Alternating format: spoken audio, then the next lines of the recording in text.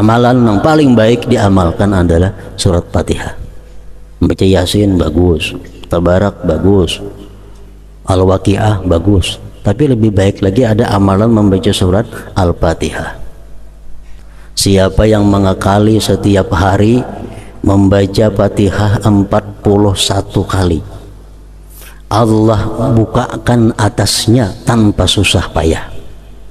Artinya kalau orang ini pedagang, amalannya Fatihah 41 sehari, Allah bukakan pintu rezeki tanpa susah payah.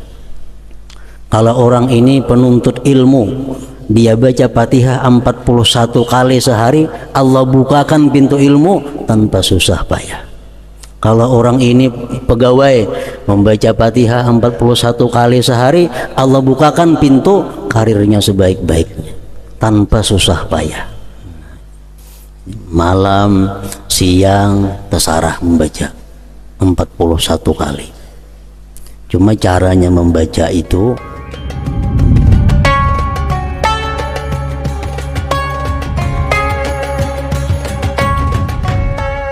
Bismillahirrahmanirrahim. Alhamdulillahirabbil alamin. Wassalatu wassalamu ala asyrafil anbiya wal mursalin Sayyidina Maulana Muhammadin wa ala alihi wa sahbihi ajma'in. Qala al-musannif rahimahullah wa nafa'ana bi'ulumihi fid dharain amin.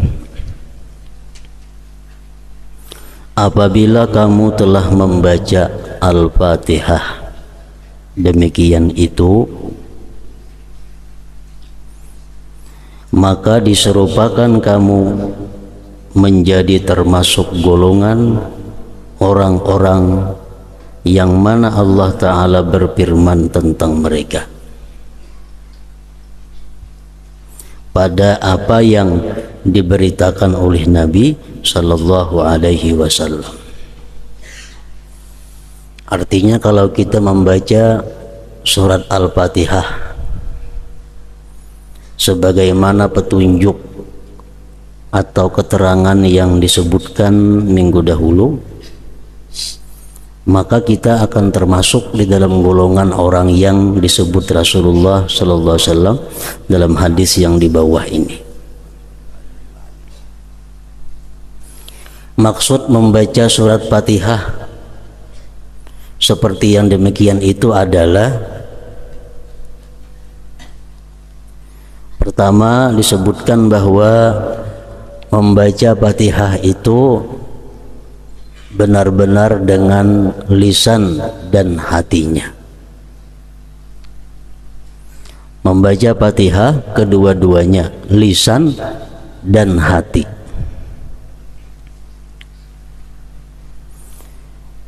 Dan itu ada terbagi dua, ada yang sekurang-kurangnya atau disebut dengan ashabul yamin.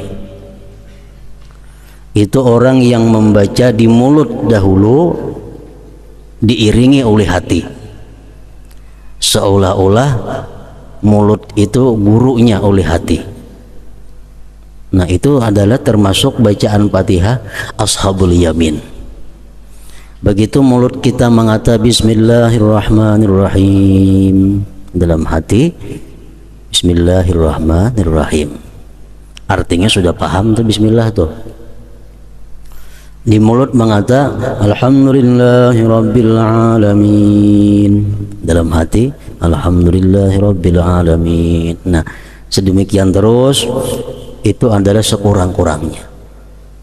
Yang lebih baik daripada itu adalah bacaannya orang-orang muqarrabin. Mereka itu adalah hati menjadi guru oleh mulut. Mulut merupakan penterjemah hati. Jadi sebelum mereka menampakkan bacaan Bismillahirrahmanirrahim di dalam hati, di dalam mulut, terlebih dahulu hatinya sudah mengata Bismillahirrahmanirrahim. Hanya diucapkan Bismillahirrahmanirrahim, dalam hati Alhamdulillahirabbil alamin, Alhamdulillahirabbil alamin, dalam hati Ar-Rahmanirrahim, hanya di mulut. Ar-Rahmanir Rahim, dalam hati Maliki Yaumiddin, di mulut Maliki Yaumiddin. Nah macam itu bacaannya orang muqarrabin, hati terlebih dahulu, hanya keluar di mulutnya, dan itu sudah paham maknanya, mengerti tujuannya.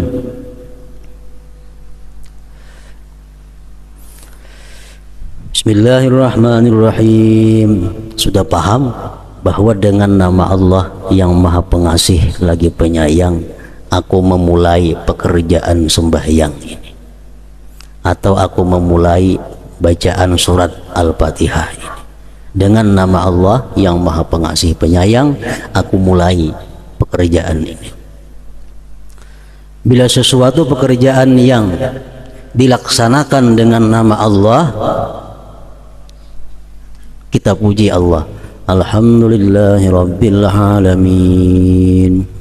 Segala puji bagi Allah, segala puji bagi Allah, yang dengan Allah dimulai ini pekerjaan, ini sembahyang. Ar-Rahmanir Rahim, Maha Pengasih Maha Penyayang, maknanya, tapi rasanya nikmat, rasanya nyaman, rasanya bahagia, rasanya senang. Begitu kita mengucap Ar-Rahmanir Rahim, itu ada rasanya. Jadi paham artinya Ar-Rahmanir Rahim itu Maha Pengasih Penyayang, rasanya senang. Maliki Yaumiddin, raja di hari kiamat, artinya raja di hari kiamat. Rasa kita ada rasa takut menghadapi hari kiamat, ada rasa gemetar menghadapi hisabnya Allah Subhanahu wa ta'ala. Iyyaka na'budu wa iyyaka nasta'in, artinya hanya kepada Engkau kami beribadah dan hanya kepada Engkau kami minta pertolongan. Itu artinya, rasanya iyyaka na'budu, hanya kepada Engkau kami menyembah. Di situ kita merasa bahwa hanya satu-satunya Allah yang ditaati, yang ditakuti, yang dicintai, yang diharapkan segala-galanya. Itu rasa. Wa iyyaka nasta'in, kepada Engkau kami minta tolong. Artinya itu rasanya apa? Kita merasa lemah, kita merasa kada punya apa-apa, kita merasa kada punya kemampuan kalau kada ditolong oleh Allah Subhanahu wa ta'ala. Nah, ihdinas siratal mustaqim, tunjukilah kami ke jalan yang lurus. Artinya rasanya apa? Rasanya ada harapan, rasanya berharap kepada Allah agar ini diperkenankan, agar ini dikabulkan. Ihdinas siratal mustaqim, siratal ladzina an'amta 'alaihim ghairil maghdubi 'alaihim waladdallin. Itu penjelasan daripada siratal mustaqim. Jalan yang lurus yang kami minta itu macam apa? Jalannya orang-orang yang Engkau berikan nikmat mereka daripada para nabi dan rasul, bukan jalan orang-orang Yahudi dan Nasrani yang dimarahi Allah dan tersesat mereka itu. Jadi bila kita membaca Fatihah dengan demikian, dengan pemahaman, dengan mulut, dengan hati, dengan perasaan, maka termasuk kita dalam hadis Nabi yang mengatakan, qasamtus salah baini wa baina abdi nisbaini, nisfuha li wa nisfuha li abdi wa li abdi ma sa'al. Yaqulul abdu alhamdulillahi rabbil alamin, fa yaqulullah azza wa jal hamidani abdi wa athna alayya, wa huwa ma'na qawlihi sami'allahu liman hamidah. Al-hadis. Artinya aku membagi sembahyang. Ini hadis qudsi. Allah berfirman lewat Rasulullah, aku membagi salat antara aku dan hambaku dua paruh, yaitu separuh untukku dan separuh untuk hambaku. Bagi hambaku apa yang dimintanya, hamba mengucapkan segala puji bagi Allah Tuhan semesta alam maka Allah Azza wa Jalla berfirman, hambaku memujiku dan menyanjungku. Dan itulah makna ucapannya, semoga Allah mendengar orang yang memujinya. Al-Hadis. Jadi dalam surat Fatihah itu ada terjadi tanya jawab, bukan tanya jawab, artinya bersahut-sahutan antara Allah dengan yang membaca surat Fatihah. Begitu kita baca Bismillahirrahmanirrahim, Allah menjawab, zakarani abdi, zakarani abdi, jar Tuhan hambaku menyebut aku. Kita mengatakan Bismillahirrahmanirrahim, Allah menyahut, hambaku menyebut aku, mengingat aku. Alhamdulillahirabbil alamin, segala puji bagi Allah Tuhan semesta alam. Ucapan kita, Allah menyahut, hamidani abdi, hambaku memuji aku, ya Tuhan. Ar-Rahmanir-Rahim, Allah Allah menjawab, asna alayya abdi, hambaku telah menyanjung aku. Maliki yaumiddin, raja di hari kiamat, Allah menjawab, majjadani abdi, memuliakan, mengagungkan akan aku oleh hamba. Nah, bila kita berkata iyyaka na'budu wa iyyaka nasta'in, hanya kepada Engkau kami beribadah, hanya kepada Engkau kami minta tolong, Allah menyahut, minkal ibadah wa alayyal aunu, Engkau beribadah, aku yang menolong, kata Tuhan. Minkal ibadah wa alayyal aunu, Engkau yang beribadah, aku yang menolong. Artinya apa? Setiap kali kita melakukan ibadah itu adalah Allah akan memberi pertolongan untuk menyelesaikan ibadah itu dengan sebaik-baiknya, asal kita bujur-bujur sungguh-sungguh beribadah itu.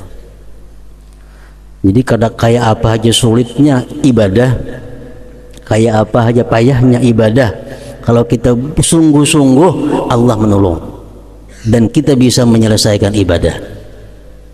Menghafal Quran satu ibadah, kalau kita sungguh-sungguh menghafal Quran, Allah menolong, Allah yang menolong.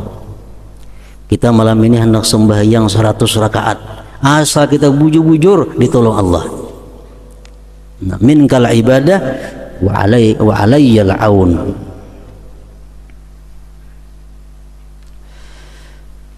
Nah, jadi sembahyang surat Fatihah itu isinya adalah munajat kepada Allah, jawab berjawab artinya. Allah menjawab kita membaca Fatihah kalau kita bacaannya macam tadi. Kita membaca Bismillahirrahmanirrahim, hati kalau tahu kemana-mana, Alhamdulillahirabbil alamin, Allah menyahut. Allah menyahut jawab bacaan-bacaan kita kalau kita membaca Fatihah dengan keterangan yang seperti tadi. Qasamtus salah, aku bagi sembahyang. Salat di situ artinya adalah Fatihah. Qasamtus salah baini wa baina abdi, aku bagi salat. Karena surat Fatihah itu banyak ngarannya, 10. Para ulama mengambil daripada beberapa hadis, surat Fatihah itu ada 10 macam. Fatihatul kitab, iya. Ummul Quran, iya. Ummul kitab, iya juga. Sab'ul Masani, iya juga. Suratul Hamdi, As-Salah, ada juga. Marilah kita membaca surat As-Salah, surat Fatihah artinya. Ada yang menamai, mengambil daripada hadis juga Al-Kafiyah. Surat Fatihah itu Al-Kafiyah, surat yang mencukupi. Artinya sembahyang kita walaupun kata yang lain dibaca, surat-surat lain Fatihah aja cukup. Al-Kafiyah. Al-Wafiyah, yang menyempurnakan, yang menunaikan. Asy-Syifa, penyembuh. Al-Asas, pondasi. macam-macam ngarannya surat Fatihah. Jadi maksud dalam hadis tadi qasamtus shalah, aku membagi salat, artinya membagi surat Fatihah itu dibagi dua tadi. Jadi Fatihah adalah merupakan inti dari segala Al-Quran, Fatihah. Dan amalan yang paling baik diamalkan adalah surat Fatihah. Membaca Yasin bagus, Tabarak bagus, Al-Waqiah bagus, tapi lebih baik lagi ada amalan membaca surat Al-Fatihah. Para ulama mengatakan man wazaba ala qiraatiha ahada wa arba'in marrah fatahallahu alaih bila ta'ab. Siapa yang mengakali setiap hari membaca Fatihah 41 kali, Allah bukakan atasnya tanpa susah payah. Artinya kalau orang ini pedagang, amalannya Fatihah 41 sehari, Allah bukakan pintu rezeki tanpa susah payah. Kalau orang ini penuntut ilmu, dia baca Fatihah 41 kali sehari, Allah bukakan pintu ilmu tanpa susah payah. Kalau orang ini pegawai, membaca Fatihah 41 kali sehari, Allah bukakan pintu karirnya sebaik-baiknya tanpa susah payah.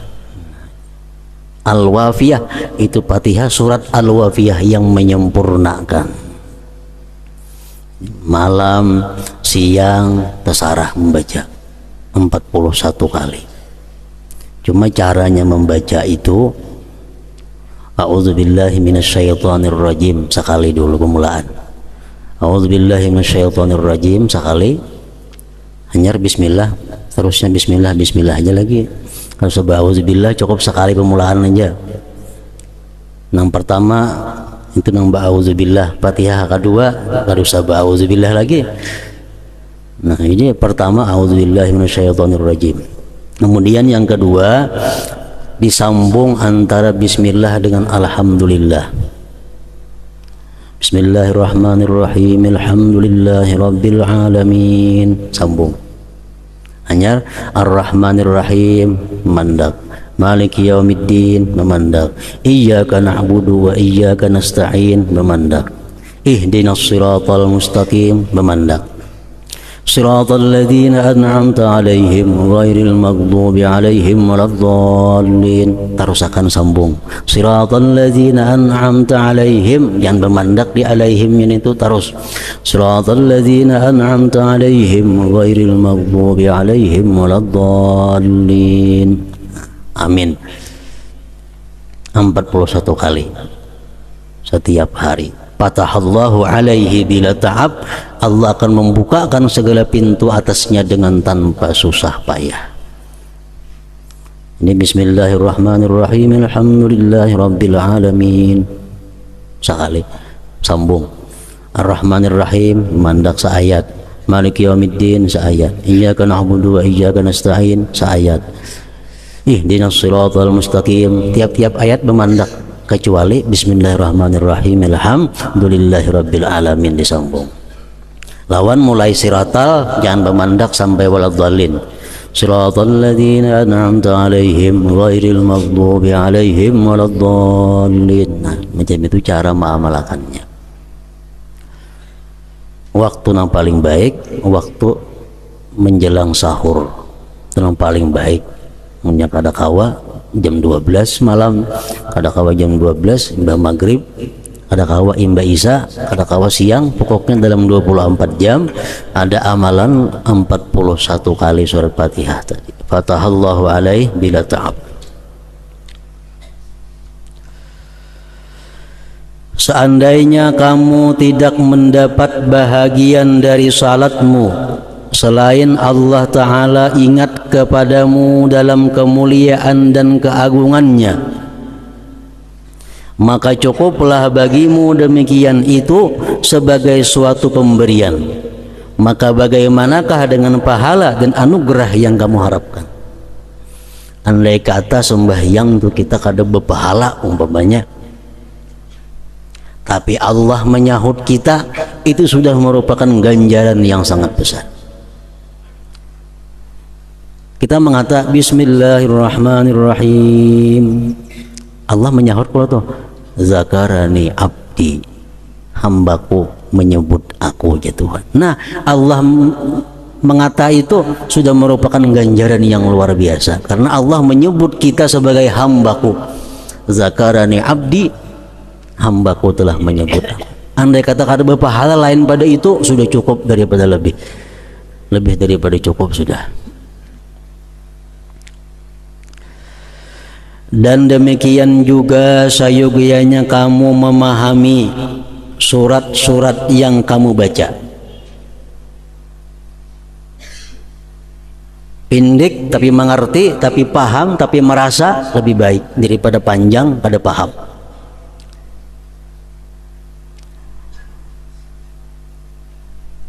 Dan demikian juga sayogianya kamu memahami surat-surat yang kamu baca, sebagaimana akan datang penjelasannya dalam kitab Tilawatul Quran. Maka janganlah kamu lupa terhadap perintah dan larangannya. Kada mengerti, kada tahu ayat yang dibaca nih, larangan kah perintah kah?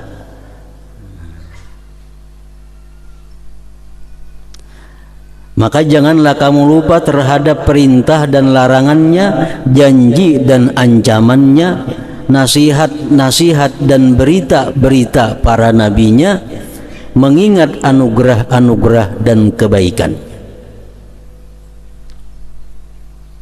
Masing-masingnya mempunyai hak. Ayat-ayat itu mempunyai hak untuk kita tunaikan. Maka harapan adalah hak janji.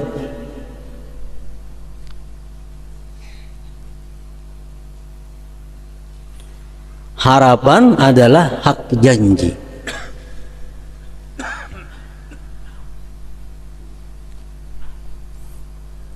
Allah berjanji dalam Quran, wasiqal ladzina taqaw rabbahum minal jannati zumara hatta idza ja'uha futihat abwabuha wa qala lahum khazanatuha salamun alaikum tibtum fadkhuluha khalidin.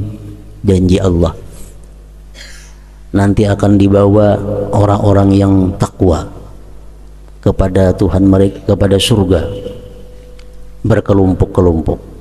Nah, waktu kita membaca ayat itu adalah hak yang dituntutnya, kita berharap termasuk yang dalam golongan itu. Jadi ada rasa harapnya, ada rasa harapnya. Innahu kana tawwaba, fastaghfiruhu, minta ampunlah kamu kepada Allah. Innahu kana tawwaba, sesungguhnya Allah itu adalah maha penerima tobat. Nah, di situ kita berharap bahwa Allah menerima tobatku, Allah membukakan pintu tobat kepadaku.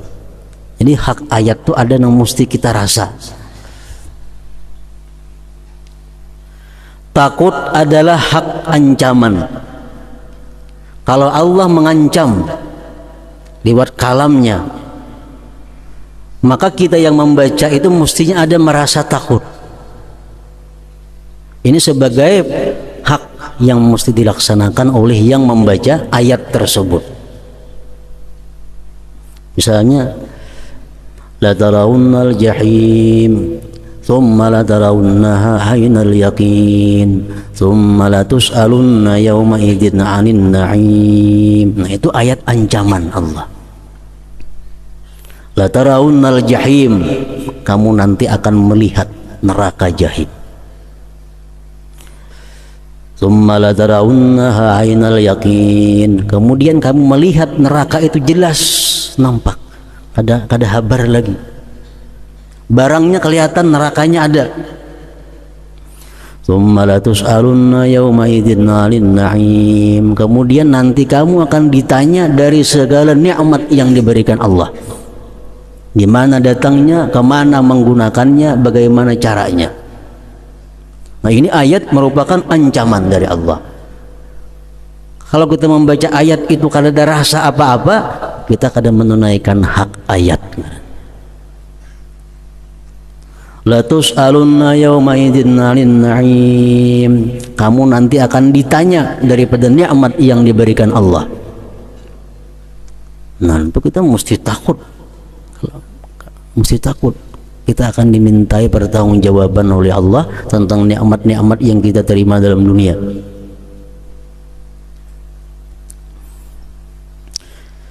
Nah, haknya ayat itu, ayat yang isinya ancaman, mesti ada rasa takutnya di hati kita. Azam adalah hak perintah dan larangan. Azam mencita-cita. Kalau kita membaca ayat yang isinya menyuruh, dalam hati kita ada cita-cita untuk melaksanakan suruh itu. Kalau ayat itu isinya isinya adalah larangan, dalam hati kita ada cita-cita untuk menjauhi itu. Itu ayat, haknya ayat.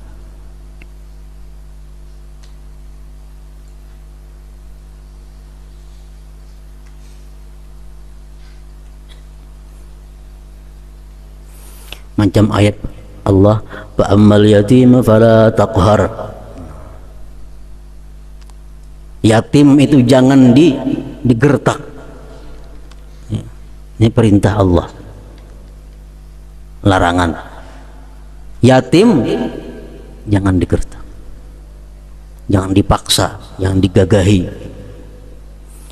Wa ammasaila fala tanhar. Orang-orang yang minta-minta itu, nah, jangan digertak. Itu Allah memberikan kepada kita arahan. Begitu kita membaca ayat itu, kita bertekad untuk melaksanakan perintah Allah. Wa amma bi ni'mati rabbika fahaddits. Adapun nikmat Tuhan yang diberikan, fahaddits, ceritakan nikmat itu kepada kaum muslimin, kepada manusia. Nikmat itu jangan disimpan. Allah kalau ketujuh orang menyimpan nikmat. Fahaddits, ceritakan nikmat. Menceritakan nikmat itu imma dengan mulut atau dengan keadaan. Baju baik, tapih baik, kupiah baik, gelang jam baik, itu menceritakan nikmat Allah. Disuruh Allah, wa amma bi ni'mati rabbik fahaddits. Begitu kita membaca ayat itu, dalam hati kita ada cita-cita untuk melaksanakan perintah itu. Nah, itu haknya ayat tadi. Mengambil nasihat adalah hak nasihat. Mengambil nasihat adalah hak nasihat. Wal 'asri innal insana lafi khusr.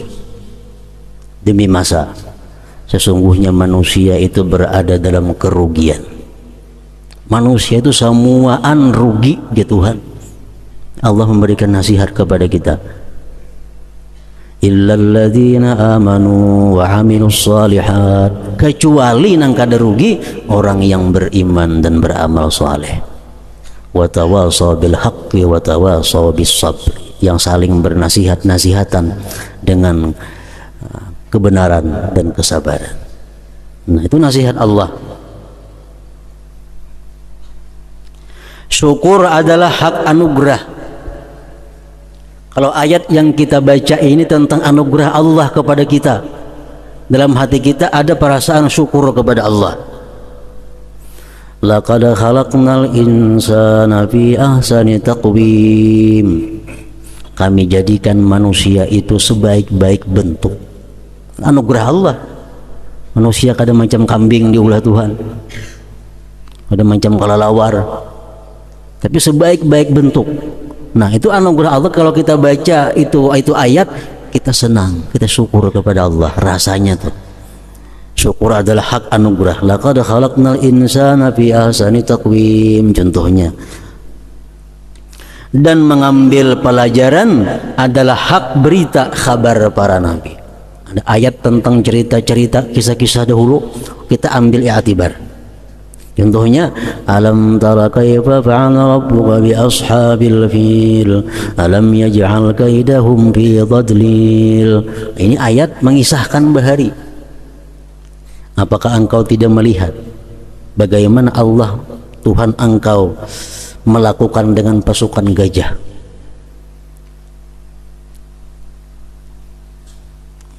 pasukan gajah Abraha, bagaimana kuatnya, tapi Allah melawannya. Alam tara kaifa fa'ala rabbuka bi ashabil fil alam yaj'al kaidahum fi tadlil. Usaha mereka semua sia-sia. Nah, ini haknya ayat itu adalah diambil i'tibar, diambil pedoman. Kayak apapun kuatnya seorang manusia, kayak apapun kuatnya satu kelompok, kalau Allah sudah menghancurkan, ada apa-apanya lagi. Nah, itulah sembahyang menimbulkan berbagai macam rasa dalam hati manusia. Jadi dalam sembahyang itu kalau kita memahami, kadang-kadang ada rasa gembira, ada rasa takut, ada rasa macam-macam sesuai dengan ayat yang dibaca. Dan diriwayatkan bahwasanya Zurarah bin Awfa ketika sampai pada firman Allah, fa iza nuqira fin naqur, surat Al-Muddatsir ayat 8, artinya apabila ditiup sanggakala, bila ditiup sanggakala, ia tersungkur dan meninggal dunia. Kenapa? Karena saking takutnya. Nah, ini menunaikan hak ayat. Bagaimana keadaan bumi, bagaimana keadaan manusia isi bumi waktu Allah menyuruh Israfil meniup sanggakala. Gunung-gunung terabang, semua pohon-pohon tumbang. Kita bayangkan manusia yang hidup waktu itu kayak apa kisahnya. Nah, fa iza nuqira fin naqur. Ibrahim An-Nakhai apabila mendengar firman Allah Ta'ala, idas sama'un syaqqat, artinya apabila langit terbelah, maka ia gemetar sehingga sendi-sendinya bergetar. Nah, ini orang yang merasakan tentang makna daripada ayat tersebut. Abdullah bin Waqid berkata, saya melihat Ibnu Umar salat dalam keadaan lupa diri, dan benarlah baginya untuk terbakar hatinya dengan janji dan ancaman Tuhannya, karena ia adalah hamba yang berdosa dan hina di hadapan Tuhan yang maha perkasa dan maha memaksa. Pengertian-pengertian ini menurut tingkat pemahaman mereka. Orang yang makin paham satu ayat Quran makin bisa untuk merasakannya. Dan pemahaman itu sesuai dengan kesempurnaan ilmu dan kejernihan hati. Sedangkan tingkat-tingkat itu tidak terbatas. Ada yang merasakan sampai gemetar, ada yang merasakan hanya sekedar rasanya aja. Nah, itu tergantung kejernihan hati seseorang. Salat adalah kunci hati. Padanya lah terbuka rahasia-rahasia kalimat-kalimat. Ini adalah hak bacaan. Hak bacaan. Kadang-kadang kita takut, kadang-kadang kita berharap, kadang-kadang kita gembira, kadang-kadang kita rasa syukur. Hak zikir-zikir dan tasbih-tasbih juga seperti itu artinya. Kemudian dipelihara wibawa dalam bacaan, maka bacaan itu ditartilkan dan tidak dirajut, tidak jelas karena terburu-buru. Kalau kita membaca ancap sudah jelas kada kawa. Paling kawa ingat menerjemahkan. Paling kawa ingat menerjemahkan bagi yang paham artinya. Bismillahirrahmanirrahim. Alhamdulillahirabbil alamin arrahmanirrahim maliki yaumiddin. Artinya bisa ada sawat lagi tuh.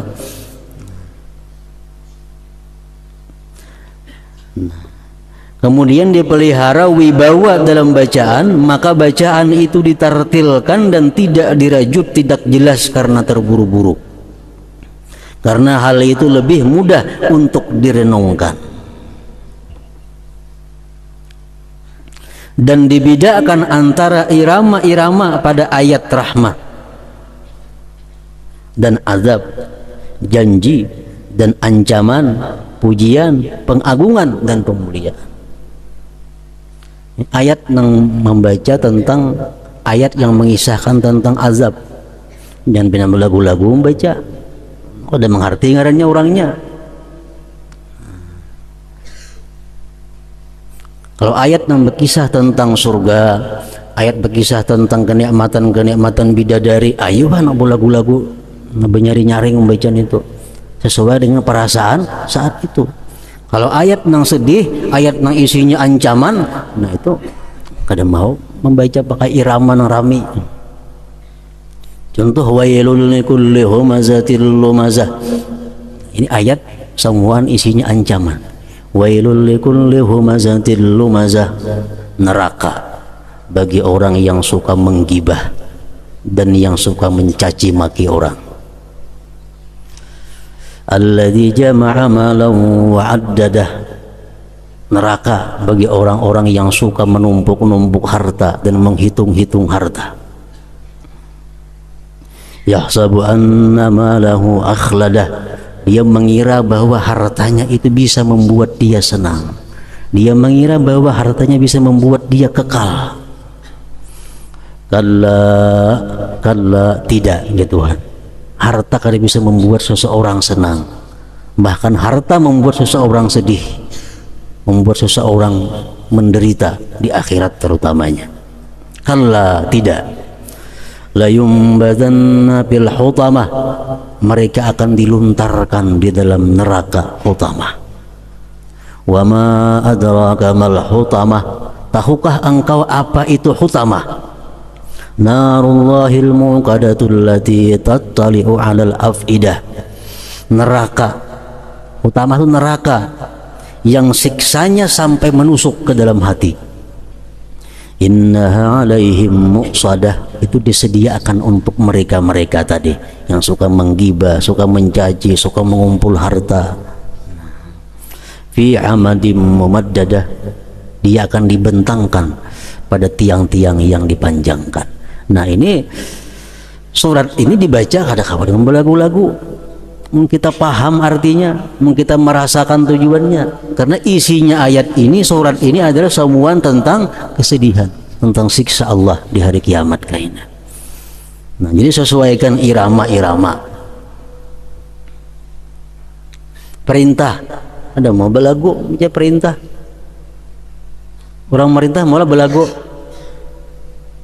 Kita nih menyuruh anak malah belagu, ada mau kalau mesti tegas. Wa ammasaila fala tanhar, orang yang minta-minta jangan digertak, mesti tegas, itu haknya bacaan.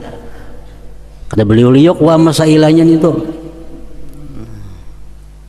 Dan dibedakan antara irama-irama pada ayat rahmat dan azab, janji dan ancaman, pujian, pengagungan dan pemuliaan. An-Nakhai, salah seorang aulia Allah, apabila melewati seperti firman Allah Azza wa Jal, mattakhazallahu min waladin wa ma kana ma'ahu min ilah, surat Mu'minun. Artinya Allah sekali-kali tidak mempunyai anak, Allah tidak mempunyai anak, dan sekali-kali tidak ada Tuhan yang lain besertanya. Imam Nakhai kalau sedang membaca ayat itu, ia lemahkan suaranya, ia gimiti suaranya. Kenapa digimiti suaranya? Seperti orang yang malu dan menyebutkan setiap sesuatu yang tidak layak untuknya. Kalau ada ayat-ayat yang menceritakan tentang perkataan orang kafir yang ucapannya menyudutkan Allah, nah itu dibaca dengan gimit, seolah-olah kita malu membaca ayat itu.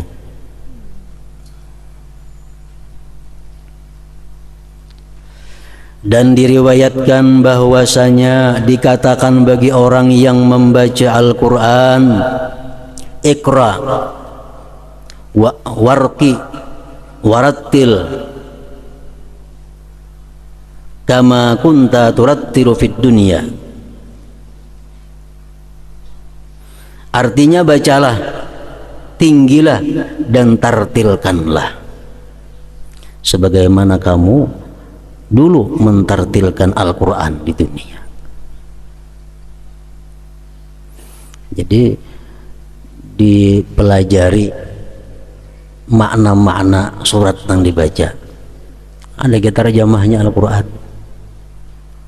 Qul ya ayyuhal kafirun yang dibaca karancakan nih. Pahami artinya, dihafali terjemahnya supaya bisa merasakan apa yang dimaksud dengan qul ya ayyuhal kafirun. Qul huwallahu ahad. Nah, kuasai maknanya supaya bisa merasakan. Qul a'udzu birabbil falaq, qul a'udzu birabbin nas. Pelajari terjemahnya dalam Al-Qur'an terjemah. Itu sangat mendukung untuk mendapatkan khusyuk. Kalau kita kada tahu terjemahnya, kada kawa sudah khusyuk itu. Nang tahu terjemahnya belum tentu bisa khusyuk. Terjemahnya kau menerjemahkan, tapi sembahyang bisa kada tahu diterjemah lagi. Apalagi nang kada tahu terjemah dahulu maginnya. Nah, jadi mengetahui terjemah Al-Quran itu mendukung untuk mendapatkan khusyuk. Dari tahu terjemah bisa merasakan tadi. Adapun terus-menerusnya berdiri, maka sesungguhnya itu perhatian atas pendirian hati bersama Allah Azza wa Jalla pada satu sifat dari kehadiran. Nabi SAW bersabda, Innallaha Azza wa Jalla muqbilun 'alal musalli ma lam yaltafit. Artinya sesungguhnya Allah Azza wa Jalla menghadap kepada orang yang sedang salat selama ia tidak berpaling. Artinya kadang menoleh.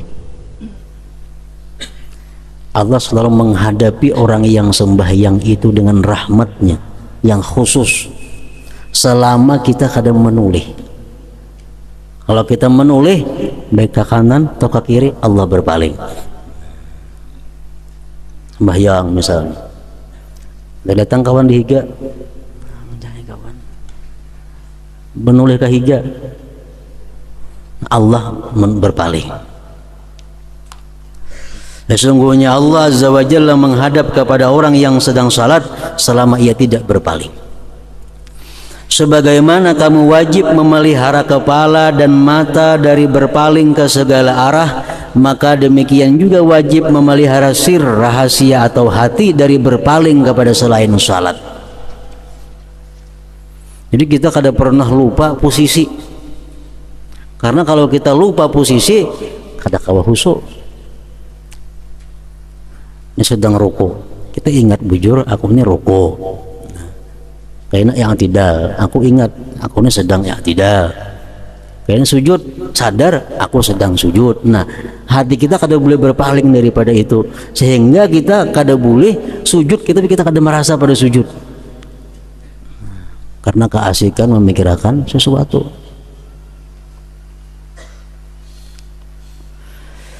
Maka ingatkanlah dengan penglihatan Allah kepadanya dan dengan jahatnya memperinting bagi orang yang munajat ketika orang yang munajat itu lalai. Bahayanya besar. Orang yang sembahyangnya kada biris hatinya, kada khusyuk sembahyangnya, sembahyang itu akan dibikin oleh Allah seperti kain buruk, kemudian dipukulkan ke wajahnya.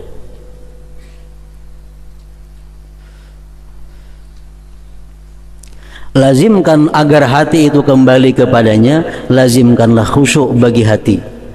Sesungguhnya terlepas dari berpaling zahir dan batin itu adalah buah khusyuk. Manakala batin itu khusyuk, maka zahir pun khusyuk juga. Kalau hati kita dalam sembahyang terarah, anggota zahir pun terarah. Manakala batin itu khusyuk, maka zahir pun khusyuk. Nabi SAW bersabda di mana beliau melihat orang yang salat bermain-main jenggotnya. Sembahyang, ke janggut tangan kan nyaman kan? Nanti kita melihat ujar Nabi, amma hadza law khasha'a qalbuhu la khasha'at jawarihuhu. Adapun orang ini seandainya hatinya khusyuk, niscaya anggota-anggota badannya pun khusyuk. Sesungguhnya rakyat itu menurut pemeliharaannya pemimpin. Oleh karena itu terdapat dalam doa Allahumma aslihir ra'i war ra'iyah, artinya ya Allah perbaiki pemimpin dan rakyat. Yang dimaksud pemimpin siapa? Hati. Rakyat siapa? Mata, telinga, tangan, berarti itu rakyat. Allahumma aslihil imam wal ummah war ra'i war ra'iyah. Abu Bakar Siddiq radhiyallahu anhu dalam salatnya seolah-olah pasak kada singgarakan. Dan Ibnu Zubair radhiyallahu anhu seolah-olah dia itu sebatang kayu sembahyang tegak. Sembahyang nang Mbak Ayun banu kayak ditiup angin tuh awak ada. Kenapa ada mengerti juga? Ada wah sembahyang nah Mbak Ayun awak tuh amun racap 3 kali batal itu.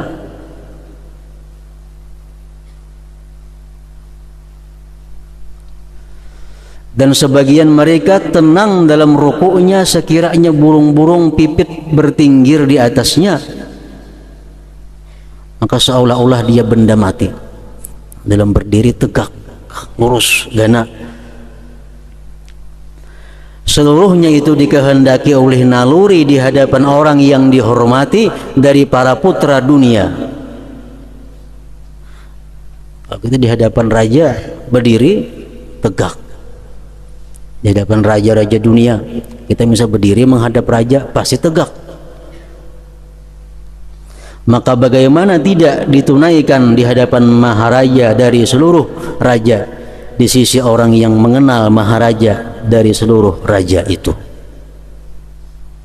Setiap orang yang tenang di hadapan selain Allah Azza wa Jalla dengan khusyuk, sedangkan anggota-anggota badannya bergerak-gerak di hadapan Allah Azza wa Jalla dengan sia-sia, maka itu karena kurangnya pengetahuannya tentang kebesaran Allah Azza wa Jalla dan penglihatannya terhadap rahasia dan isi hatinya. Orang kawa tentram, kawa khusyuk, kawa teratur di hadapan raja-raja pembesar dunia. Tapi kalau sembahyangnya bergerak nang sia-sia, ini menunjukkan orang ini kekurangan ma'rifatnya kepada Allah, kelebihan ma'rifat lawan manusia. Ikrimah berkata mengenai firman Allah Azza wa Jalla, alladzi yaraka hina taqum wa taqallubaka fis sajidin, artinya Allah yang melihat kamu ketika kamu berdiri untuk sembahyang dan melihat pula perubahan gerak badanmu di antara orang-orang yang sujud. Allah ada pernah lepas pandangannya di mana kita berdiri, ruku, sujud. Sedikit pun kada terlepas daripada penglihatan Allah Subhanahu wa taala. Nah, hingga situ ada pun ruku dan sujud.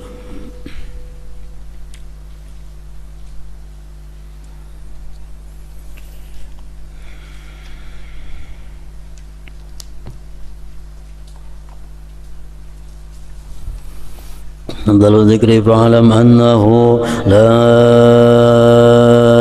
ilaha illallah Muhammadur Rasulullah, la ilaha illallah Muhammadur Rasulullah, la ilaha illallah Muhammadur Rasulullah, la ilaha illallah, la ilaha illallah, la ilaha illallah, la ilaha illallah, la ilaha illallah.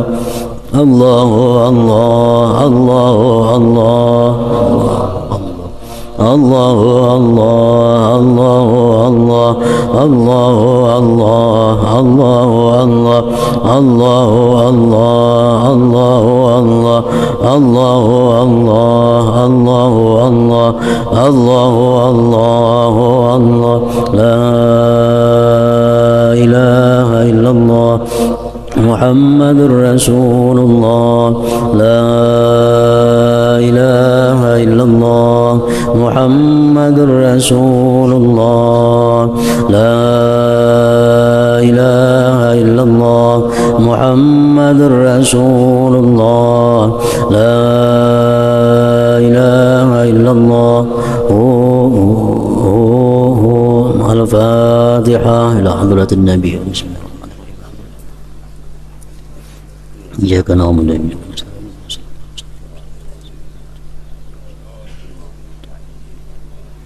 فيا أيها الرجل منه شفاعة صلوا عليه وسلموا تسليما.